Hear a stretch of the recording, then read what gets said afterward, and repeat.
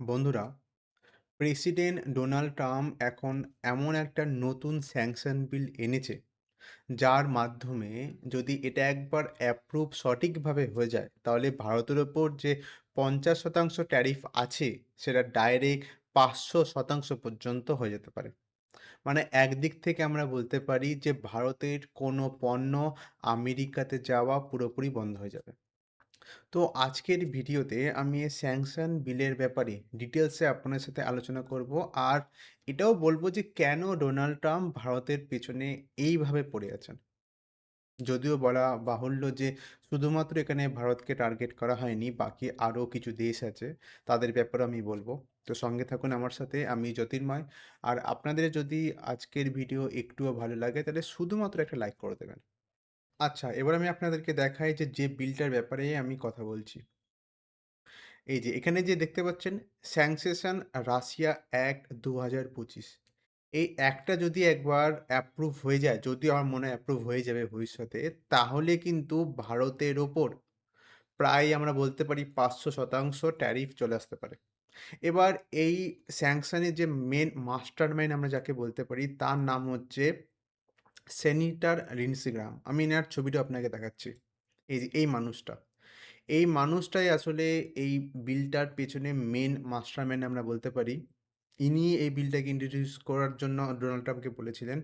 আর Donald Trump কিন্তু এখানে already green light দিয়েও দিয়েছে। আর আমি যে বললাম না যে এখানে শুধুমাত্র কিন্তু ভারতকে টার্গেট করা হয়নি। এই বিলের মাধ্যমে বলা হচ্ছে যে রাশিয়া থেকে যে দেশ সবথেকে বেশি তেল কিনবে তাদের ওপরেই এই স্যাংশনটা বসে যাবে। আর তাদের মধ্যে আপনারা অলরেডি জানেন যে ভারত রাশিয়ার কাছ থেকে বেশ ভালো মতনই তেল কেনে। হ্যাঁ, সর্বোচ্চ হয়তো তেল কেনে না, সেটা একমাত্র হচ্ছে ১ নম্বরে আছে চায়না। কিন্তু যেহেতু ভারত তার পরেই কিছু ধাপ পরেই আছে, তাই ভারতকেও সেখানে ধরা হচ্ছে। তার সাথে ব্রাজিল, আমরা এটাও জানি ব্রাজিলের ওপরেও কিন্তু ভালো মতো ট্যারিফ এই মুহূর্তে আমেরিকা চাপিয়ে রেখেছে। কিন্তু কথা হচ্ছে বন্ধুরা, এই যে স্যাংশন বিলটা না, এই স্যাংশন বিলটা কিন্তু ইন্ট্রোডিউস করা হয়েছিল প্রায় ১ বছর আগে। ঠিক আছে? ৪/১/২০২৫, আর আমরা এখন আছি ২৬-এ। মানে ১ বছর আগে এই বিলটাকে ইন্ট্রোডিউস করা হয়েছিল। কিন্তু ১ বছর ধরে কিন্তু আমরা বলতে পারতাম, মানে ১ বছর ধরে আমরা এটা বলতে পারি যে এই বিলটা নিয়ে তেমন কোনো নাড়াচাড়া করা হয়নি। হুট করে মানে এতদিন পর বিলটাকে নিয়ে আবার এরা আলোচনা করছে এবং অ্যাপ্রুভ করে দেবে, এটাই এরা বলছে। কিন্তু এখন কেন? বন্ধুরা, এর পেছনে মূলত বেশ অনেকগুলি কারণ আছে। কিন্তু আমি এখন আপনাদেরকে একটা টুইট দেখাচ্ছি। যে মানে আমেরিকানসরা কিভাবে জাস্টিফাই করছে, বিশেষ করে লিন্ডসে গ্রাহাম কিভাবে জাস্টিফাই করছে যে তারা যদি রাশিয়ার কাছ থেকে কিছু জিনিস কেনে তাতে কোনো প্রবলেম নেই। কিন্তু ভারত কিনলে বিশাল বড় প্রবলেম হচ্ছে। এ নিয়ে লিন্ডসে গ্রাহাম একটা টুইটও করেছিলেন। এই টুইটটা বেশ অনেকটাই পুরনো। আমি দেখাচ্ছি এটা কবে পাবলিশ হয়েছিল। এটা আগস্ট মাসের ২৮ তারিখ পাবলিশ হয়েছিল ২০২৫ এর। ঠিক আছে? মানে অনেক দিনই হয়ে গেছে। তো সেখানে তিনি কি বলছেন? একবার পড়ুন। India, China, Brazil and others who prop up Putin's war machine by buying cheap Russian oil.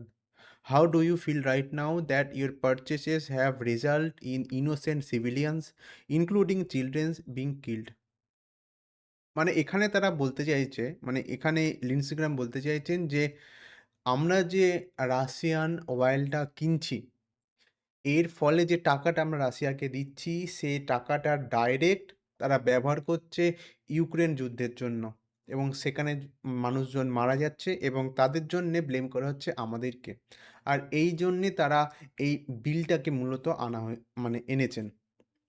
কিন্তু বন্ধুরা, একটা আজব বিষয়, এই সেম মানুষ, মানে সেম কিন্তু ইসরায়েলও করছে গাজাতে। তাহলে তখন তারা ইসরায়েলের ওপর এই জিনিসটা কেন এপ্লাই করছে না? মানে ইসরায়েলও তো হাজার, হাজার মানুষকে মেরেছে ইনোসেন্ট। হ্যাঁ, ওখানে টেররিস্ট 100% আছে। তা নিয়ে আমি কিছু বলছি না, সেটা অন্য বিষয়। কিন্তু সেখানে সাধারণ মানুষও মারা গেছেন। তো সেই ক্ষেত্রে আমেরিকা তো কোনো কিছু বলেনি। কিন্তু ইন্ডিয়া যখন রাশিয়ার কাছ থেকে তেল কিনছে, তখন নাকি আমাদের যে টাকা রাশিয়ার কাছে যাচ্ছে, সে টাকাটা রাশিয়া ইউক্রেনে এপ্লাই করছে, মানে ব্যবহার করছে। তার জন্যে তারা আমাদেরকে ব্লেম করছে। দেখুন, আমি কিন্তু এখানে আমেরিকা দেশটাকে বাজে বলতে চাইছি না। আমি বারবার বলছি। কিন্তু বর্তমানে সে দেশের যারা মেইন ডিসিশন গুলো নিচ্ছে, আমি জানি না কেন তারা এই ধরনের কেন ডিসিশন নিচ্ছে। কেননা ভারত আর আমেরিকার যে রিলেশন ছিল গত ২৫ বছরের, সেটা কিন্তু ট্রাম্প আসার পর প্রায় আপনারা বলতে পারেন পুরোপুরি অবস্থা খারাপ করে দিয়েছে। আর এটা কবে রিপেয়ার হবে আর আদৌ রিপেয়ার হবে কিনা সেটা কিন্তু সময় আমাদেরকে বলবে। কিন্তু চান্স আমার খুব একটা ভালো লাগছে না। বিশেষ করে যতদিন না ট্রাম্প প্রেসিডেন্ট আছেন। এখানে আমি আরো একটা আপনাদেরকে আর্টিকেল দেখাচ্ছি।